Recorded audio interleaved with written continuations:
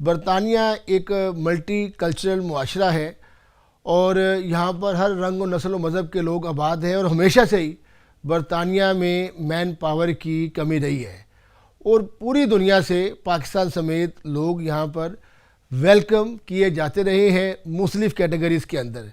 लेकिन 2026 में कुछ ऐसी तब्दीलियाँ की गई हैं जिसमें लोगों के लिए क्या मुश्किलात पैदा हुई हैं और अभी भी जो है क्या वीज़े खुले हैं या उनके लिए क्या तरमीम की गई है। सुनैर साहब, प्रोग्राम में आपको खुशामदीद कहते हैं। 2026 में आप ये बताइएगा, जैसे मैंने कहा था कि बरतानिया के दरवाज़े स्किल्ड वर्कर्स के लिए खुले हैं और क्या नहीं खुले। लोग हैं वो मतलब परेशान है काफी इस लिहाज से कि पहले वो बहुत बड़ी तादाद में वीजा लग रहे थे, लोग बड़ी तादाद में आ रहे थे, हर किस्म की कैटेगरी में केयर वर्कर वीजाज थे, मुख्तलिफ किस्म के शेफ के वीजाज थे, लेकिन वो सारे खत्म कर दिए गए। अब जो सही। सिचुएशन है इस वक्त वही है कि सिर्फ और सिर्फ जो स्किल्ड वर्कर हैं यानी हाईली स्किल्ड जो लोग हैं उनको बरतानवी गवर्नमेंट चाहती है कि वो आए, और जो मीडियम स्किल लोग हैं कुछ वो लोग आए।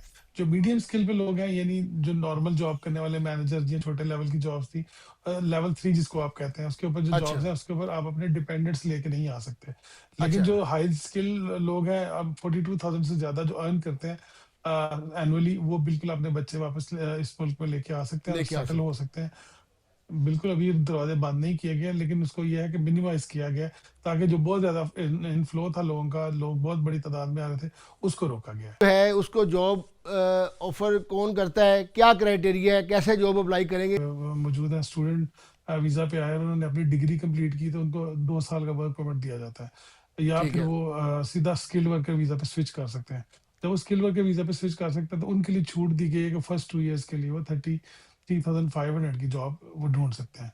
2 साल के बाद फिर उनको जाना पड़ेगा 42,000 वाली, यानी वो 41,800 के करीब सैलरी, अराउंड 42,000 है, यानी उस पर अच्छा। जाना पड़ेगा। लेकिन जो जॉब कोड वो यूज करेंगे, अगर उसकी मिनिमम सैलरी से ज्यादा होगी तो उनको उसी तरह उस के मुताबिक ही सैलरी लेनी पड़ेगी। फॉर एग्जांपल, अगर कोई मैनेजर की जो जॉब है उसकी 45,000 मिनिमम गवर्नमेंट समझती है कि उसकी सैलरी है, तो फिर 42,000 की बजाय 45,000 के ऊपर जाना पड़ेगा।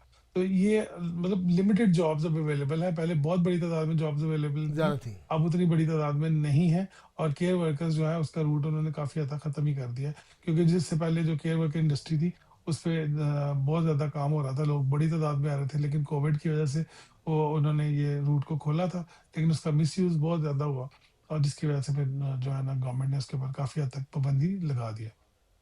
अच्छा सुरेश साहब, ये अब वो अपने दो तीन डिपेंडेंट बातें पे आपने जाएगा। की हैं। एक तो केयर वर्कर आपने बात की है, लेकिन अभी भी हेल्थ एंड केयर वर्कर की कैटेगरी मौजूद है। अब उसमें अब जो जी केयर हाँ। वर्कर जो है, जारी बात है वो जो नर्सिंग होम में काम कर रहे थे और इस तरह की चीज़ें थी, लेकिन डॉक्टर्स जो हैं उनके लिए तो कोई बंदिश नहीं, कोई पाबंदी नहीं लगाई गई। अगर उनके पास जॉब ऑफर लेटर है एनएचएस की तरफ से, किसी हॉस्पिटल का, कोई किसी अदारे का, तो एज ए डॉक्टर तो आ सकते हैं। कि वो बिल्कुल आ सकते हैं, एज लॉन्ग एज कि वो उनके पास कॉस्ट हो, जो वो उनको कोई स्पॉन्सर करे तो बिल्कुल आ सकते हैं, कोई मसला नहीं है उसके ऊपर। क्योंकि उन्होंने लो पेड जो जॉब थी उसके ऊपर उन्होंने पाबंदी लगाई है, जो 20-22 हज़ार, 24 हज़ार, 25 हज़ार, 30 हज़ार तक की सैलरी वाले लोग थे उसके अच्छा, ऊपर वो उन्होंने पाबंदी पाबंदी लगी। लगाई है। ठीक है। अदरवाइज उन्होंने पाबंदी नहीं लगाई। वो चाहते हैं कि जो स्किल्ड वर्कर हैं, यानी जो वाकई स्किल्ड वर्कर जिनके पास कोई स्किल मौजूद है, वो बिल्कुल आए। अकाउंटेंट भी आ सकते हैं, और उसके बाद बैरिस्टर्स भी आ सकते हैं, सोलिसिटर्स भी आ सकते हैं, डॉक्टर्स भी आ सकते हैं, इंजीनियर्स आ सकते हैं, आईटी के प्रोफेशन में आ सकते हैं। तो बहुत बड़ी तादाद में अभी भी लोग आ सकते हैं। अभी भी तकरीबन 70-80 हज़ार के करीब कंपनीज हैं जिनके पास लाइसेंस मौजूद है, जो स्पॉन्सर कर सकती हैं। उसका मकसद सिर्फ और सिर्फ यही है कि वही लोग आए बरतानिया में जो लोग वाकईतन आगे कंट्रीब्यूट कर जेनुइन। सके इकोनॉमी में। जी। और जो बाकी रह गई बात म्यांमार और उन मुल्कों की, उसमें प्रॉब्लम ये हुई कि वहाँ स्किल वर्कर आया, स्टूडेंट आया, विजिटर आया, जो भी आया, उन्होंने आगे साइलम करना शुरू कर दिया।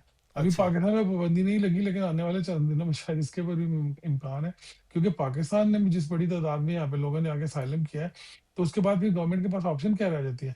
क्योंकि जो जेन्युइन स्टूडेंट है वो बहुत थोड़े रह गए थे, जो दूसरे लोग हैं वो आते हैं, वीजा लगवाते हैं। बहुत सारी यूनिवर्सिटीज हैं जिन्होंने स्टूडेंट पाकिस्तानी स्टूडेंट्स को बैन कर दिया, बांग्लादेश के स्टूडेंट्स को बैन कर दिया, क्योंकि लोगों ने आगे साइलम करना शुरू कर दिया।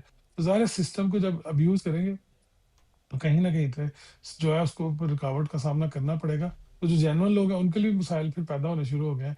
लेकिन बहरहाल जाहिर है कि जब किसी चीज़ का मिसयूज होता है तो उसके ऊपर जो नए कवानीन है वो बनते हैं, और उसके साथ साथ फिर बाकी लोग भी मुतासर होते हैं।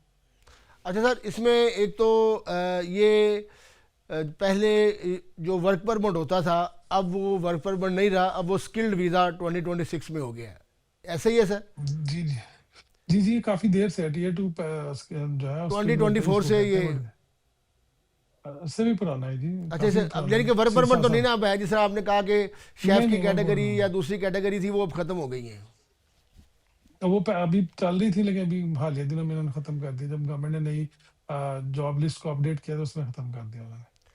अच्छा सर, ये तो आपने कह दिया कि यूके में जो इमिग्रेशन पॉलिसीज़ में कवानीन में सख्ती हुई है, लेकिन जेन्युइन लोग अभी भी आ रहे हैं। बिल्कुल आ रहे हैं जी। अब जॉब ऑफर लेटर जो है, एक बंदा शायद अमेरिका में बैठा हुआ है या पाकिस्तान में बैठा हुआ है, सऊदी अरब में है, दुबई में है, मिडल ईस्ट के किसी मुल्क में है, तो वो हाईली स्किल्ड है, तो वो कैसे सर अपना जो है वो जॉब ऑफर सर्च करेगा, कैसे सर्च करेगा, उस बारे में थोड़ा सा बताएंगे आप, किस तरह से उसको पता चलेगा कि फ़लाँ जगह पर जॉब मौजूद है? देखिए बहुत सारी जॉब ऑफर्स की यहाँ पे वो कंपनीज हैं जो जॉब ऑफर एडवर्टाइज करती हैं, और उसके बाद लिंक्डइन पे बहुत ज़्यादा जॉब ऑफर्स होती हैं, स्पेशली इस अच्छा। किस्म की जो प्रोफेशनल जॉब है वो लिंक्डइन के जरिए जॉब ऑफर की जाती है। बहुत सारे जो एजेंट्स मौजूद हैं जो स्पेशली जॉब के हवाले से एम्प्लॉयमेंट एजेंसीज मौजूद हैं जो इसके लिए काम करती हैं, तो उनके जरिए जो जॉब ऑफर की जाती है, रीड वाले हैं वो उसके, यानी हर कंपनी अपनी जॉब एडवर्टाइज करती है। जब एम्प्लॉय है वो अच्छी खासी कॉस्ट पे करनी पड़ रही है आपको, जी तो जी। इसलिए आसान नहीं रह गया। पहले पहले तो ये होता था कि आपने सिर्फ वीजा लिया, आप आगे आपको ना आईएचएस पे करना पड़ता, ना स्किल चार्ज पे कर, अभी तो एम्प्लॉयर को स्किल चार्ज भी पे करना पड़ता है। उसके बाद अभी जो गवर्नमेंट ने नया उसमें निकाला, क्या वो मंथली बेसिस पे देखा करेंगे कि जो एम्प्लॉयर है क्या वो टैक्स भी पे कर रहे हैं, आपका पेरोल भी रन अच्छा। कर रहे हैं कि नहीं कर रहे।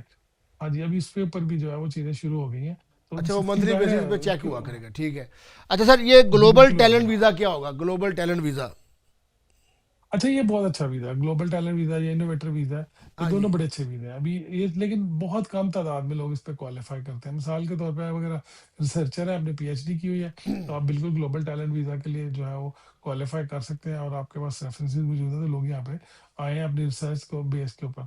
उसके बाद अगर फॉर एग्जाम्पल आपके पास कोई इतना आपको कोई अवार्ड मिला इंटरनेशनली, आप उन अवार्ड्स की वजह से, ग्रैमी अवार्ड से, जैसे इंटरनेशनल हॉलीवुड बॉलीवुड के अवार्ड्स हैं, तो अगर आप अवार्ड लेते हैं, आपके पास आप बड़े अच्छे फनकार हैं, आर्ट्स के ऊपर आपका तजुर्बा है, तो बिल्कुल आप ग्लोबल टैलेंट वीज़ा के ऊपर अप्लाई कर सकते हैं। और इसकी कोई बहुत ज़्यादा फीस भी नहीं है, आप अप्लाई करें, उसके बाद अगर आपको एंडोर्समेंट मिल जाती है तो ये वीज़ा मिल जाता है, उस वीज़ा के मुताबिक आपको यहाँ पे रह सकते हैं एज लॉन्ग एज, जब तक आप चाहें।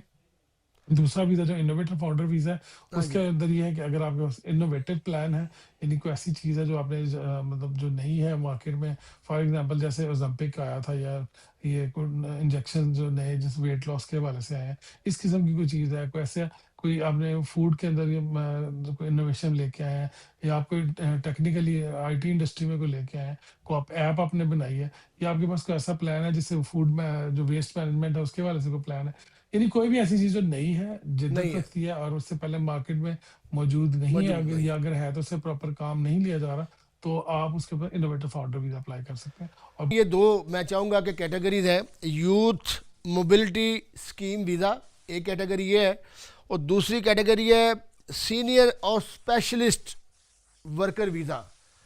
ये दो कैटेगरीज के बारे में सर बताइएगा, ये क्या है? देखिए, यूथ मोबिलिटी प्रोग्राम है जो अभी हाल ही दिनों में आपने सुना होगा कि बरतानवी प्राइम मिनिस्टर ने भी अभी यूरोपियन यूनियन के साथ भी प्लान कर रहे हैं कि 18 से 30 साल के जो बच्चे हैं, और मुख्तलिफ ममालिक के साथ इनके कॉन्ट्रैक्ट है, इवन इंडिया के साथ भी इन्होंने हाल ही दिनों में गालबन साइन किया है कि आप पाकिस्तान भी, वहाँ से पाकिस्तान भी शामिल है सर इसमें?